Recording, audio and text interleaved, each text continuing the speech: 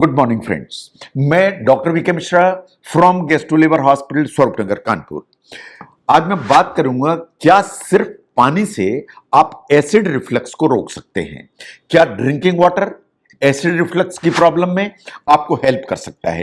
ये $1,000,000 क्वेश्चन है और इसका एक आंसर चाहिए। जहां तक एसिड रिफ्लक्स का सवाल है वो तभी होता है जब खाने की जो थैली है इसके अंदर जो एसिड है वो चढ़ के खाने की नली में आ जाता है। अगर ये खाने की नली और खाने की थैली के बीच का जो वाल्व है ये अगर लूज हो तो खाने की थैली के जो कंटेंट्स हैं वो चढ़ के आपकी खाने की नली में आ जाते हैं, और अगर खाने की नली में आ जाएंगे तो वास्तव में आपको एसिड की जो फीलिंग है वो यहां तक आएगी। अगर ये जो एसिड रिफ्लक्स है आपको 1 हफ्ते में 2 बार होता है, ये होता है तो काफी लंबे समय तक रहता है, और आपको अगर बहुत अनकंफर्टेबल सिम्टम्स लेके आता है तो साइंस इसे लेबल करती है एस GERD या गैस्ट्रो ईसोफेजियल रिफ्लक्स डिजीज। तो बार बार एसिड रिफ्लक्स हुआ तो GERD आपको तैयार हो जाएगी। नो, जो एसिड रिफ्लक्स है उसको अगर मैनेज करना है तो आपके सामने बेसिकली 2 ऑप्शंस हैं। नंबर 1, आप अपनी लाइफस्टाइल को चेंज करिए। नंबर 2, कुछ नॉन प्रिस्क्रिप्शन मेडिसिन अवेलेबल होती हैं मार्केट में, उन्हें आप यूज करिए। नो, बहुत बार ऐसा देखा गया है कि जो पानी आप पीते हैं या जो ड्रिंकिंग वाटर पीते हैं, स्पेशली अगर आप कार्बोनेटेड मिनरल वाटर पीते हैं तो ये एसिड रिफ्लक्स में आपको हेल्प कर सकता है। जब आप पानी पीते हैं या पानी यूज करते हैं तो आपका जो एसिडिक मील होता है पेट के अंदर या पेट के अंदर जो एसिड होता है उसके पीएच को बैलेंस करने की ताकत रखता है। यह बात सही है कि अगर आप पानी पीते हैं तो एसिड का पीएच नीचे आएगा तो एसिड रिफ्लक्स की जो पॉसिबिलिटी है वो हमेशा कम हो जाएगी। जो कार्बोनेटेड मिनरल वाटर्स होते हैं जिनमें के हाई कंटेंट होता है हाइड्रोजन कार्बोनेट का, ये बिल्कुल सही बात है कि ये ज्यादा इफेक्टिव होते हैं इस सिम्टम्स को रिलीव करने में। इसका मतलब यह है कि आपके सामने 2 ऑप्शंस हैं। नंबर 1, आप सादा पानी पीजिए, इससे आपका जो पेट के अंदर जो एसिड है उसका पीएच नीचे आएगा, एसिड रिफ्लक्स कम हो जाएगा। नंबर 2, आप कार्बोनेटेड मिनरल वाटर्स पीजिए जिसमें हाइड्रोजन कार्बोनेट का कंटेंट ज्यादा है, तो एसिड रिफ्लक्स का जो सिम्टम्स हैं बहुत इफेक्टिवली कंट्रोल हो जाएगा। नो, बहुत सारे अल्कलाइन वाटर्स होते हैं जैसे कोकोनट वाटर होता है। जब आप अल्कलाइन वाटर पीते हैं तो जब आप खाने की थैली में पहुंचता है ये, तो इसके अंदर जो पेप्सिन होता है या ह्यूमन पेप्सिन होता है ये इनएक्टिवेट हो जाता है। तो जो अल्कलाइन वाटर्स हैं इंक्लूडिंग कोकोनट वाटर, ये आपको बहुत ज्यादा हेल्प करते हैं। ये आपकी बफरिंग कैपेसिटी को बढ़ा देते हैं और एसिड रिफ्लक्स की जो संभावना है उसको नीचे कर देते हैं। पानी, कार्बोनेटेड वाटर, अल्कलाइन वाटर, ये 3 चीजें हुई।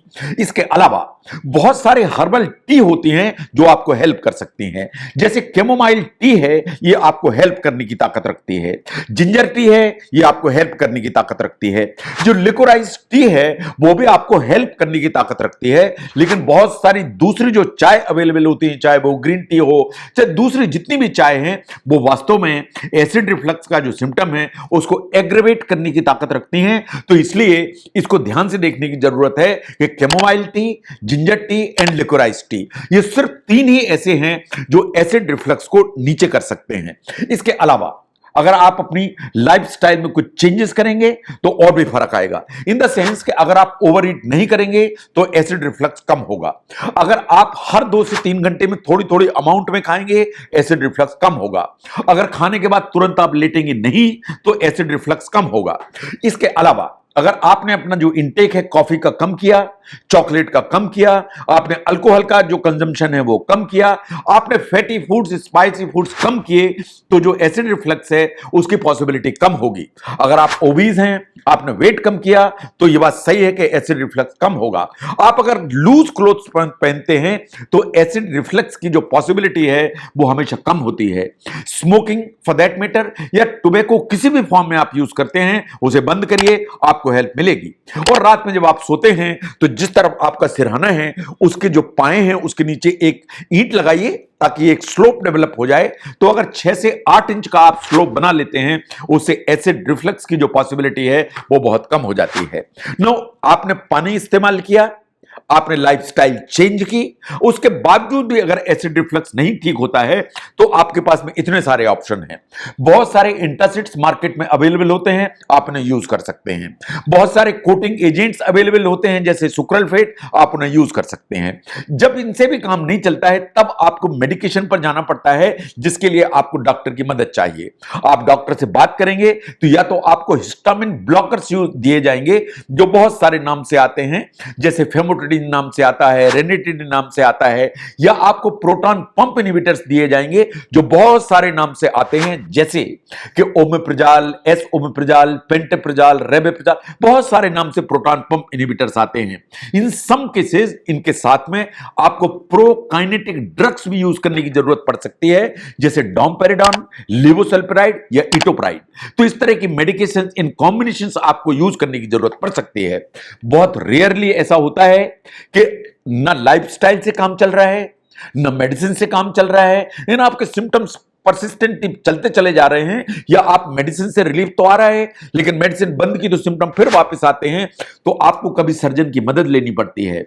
अगर सर्जन की मदद लेनी पड़ेगी तो जो सर्जिकल हेल्प है वो दो ही तरह से आती है, या आपको यहां पर ऑपरेट किया जाता है जिसे कहते हैं निसंस फंडोप्लाइकेशन, या कभी कभी कुछ एंडोस्कोपिक टेक्निक्स हैं जो आपको हेल्प करने की ताकत रखती हैं।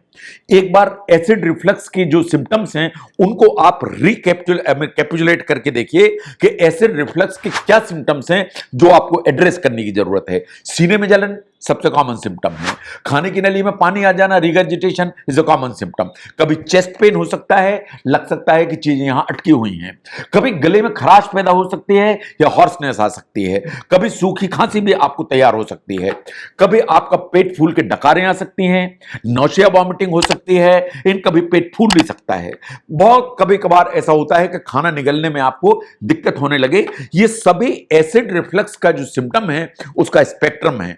तो अगर एसिड रिफ्लक्स आपको है, उसके सिम्टम्स आपको आ रहे हैं, तो आपके पास में यही ऑप्शंस अवेलेबल है। नंबर 1, आप सादा पानी पीजिए, उससे फर्क पड़ेगा। कार्बोनेटेड वाटर लीजिए, उससे फर्क पड़ेगा। अल्कलाइन वाटर लीजिए, उससे फर्क पड़ेगा। इससे नहीं काम चल रहा है तो बाकी जो लाइफस्टाइल चेंजेस मैंने आपके सामने रखे उन पे ध्यान दीजिए, उनसे फर्क पड़ेगा। उनसे भी फर्क नहीं पड़ रहा है तो मेडिसिन चाहिए, बहुत सारी मेडिसिन जो मार्केट में ओटीसी अवेलेबल हैं लाइक एंटासिड, उनसे फर्क पड़ेगा। नहीं फर्क पड़ रहा है तो डॉक्टर को दिखाइए, कुछ मेडिसिन यूज करनी पड़ेंगी, उनसे फर्क पड़ेगा। कभी कभार रेयरली ऐसा हो जाता है कि सर्जिकल हेल्प की जरूरत पड़ती है in order to get relief from acid reflux. तो एसिड रिफ्लक्स को ठीक करने में किस तरह का पानी आपको इस्तेमाल करना चाहिए, सादा पानी, कार्बोनेटेड वाटर या अल्कलाइन वाटर, इनको समझने में अगर यह वीडियो हेल्प करता है तो जरूर शेयर करें। मैं doctor V K Mishra from gastro liver hospital, Swaroop Nagar, Kanpur. Thank you very much.